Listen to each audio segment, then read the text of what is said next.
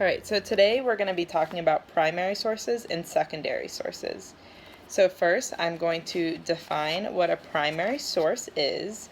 A primary source would be something that is original, anything that's original, anything that's a first-hand account of an event, or the time period, and everything that's factual.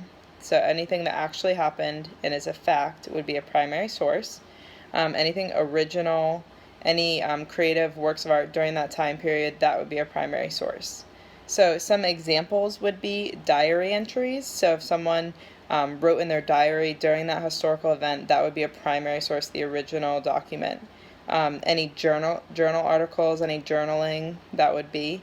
Any letters that were written during that time period, that also would be a primary source. Some other examples of primary sources would be maybe a newspaper and magazine articles that held factual accounts of the historical event. That would be a primary source. Any government records like census, marriage, like any military information, anything factual, once again, that would be a primary source. If there were photographs or maps or postcards, if any postcards were written during that time period, that also would be a primary source. Anything that was recorded or transcribed during the historical event, that would be a primary source as well. If there was an interview with a participant that was involved in the historical event, that would be a primary source, or anyone who saw it firsthand, so a witness, would also be a primary source. Also, interviews with people who lived during that particular time, that would be a primary source as well. So any like first-hand account, anything that's factual. If songs were written during that time period, that would be a primary source. If there was any plays that went on, that would be a primary source. Novels or stories. Also, if there was like paintings that they created during that time period, that would be a primary source. Drawings, any drawings or sculptures that came from that time period, that would be a primary source as well. All right, so now we're going to move over to secondary sources. And secondary sources are going to be any secondhand information that you have on the topic. So, for example, if you knew a friend who was involved in the Holocaust, and then she told me about the experience, I would be the secondhand source. I would be getting secondhand information. So that would be a secondary source. Also, like if someone was involved in the 9/11 or the Pulse Club nightclub shooting, and they told a reporter, that reporter would have secondhand information, so they would be a secondary source.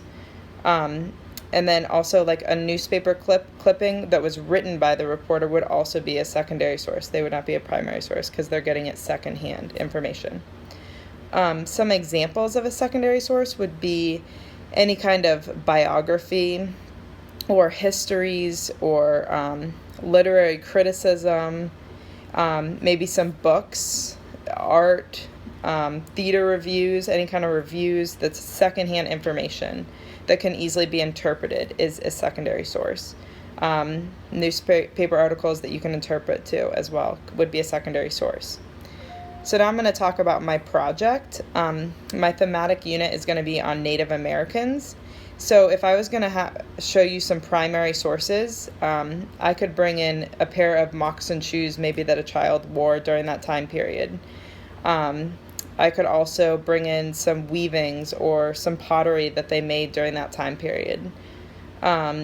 Maybe I could find some bones or tools that they used when farming. If I brought in anything like that, that would be a primary source.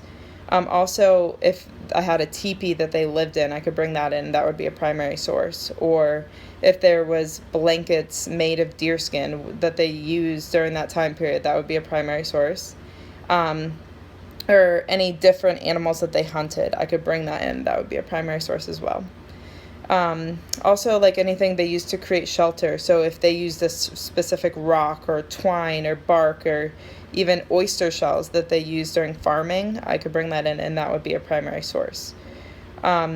Maybe deer antlers that the woman used when working in the fields, that would be a primary source, something that they actually used. that's factual evidence. Let's see here. Some secondary sources that I could bring in would be some newspaper articles that could be interpreted from that time period. Maybe some research articles. Someone had done research, had secondhand information. That would be a secondary source. Also, any kind of books on Native Americans that were written, that would be something that we could interpret, and that would be a secondary source, along with encyclopedias on Native Americans, or if authors created comic strips about Native Americans, that could also be a secondary source.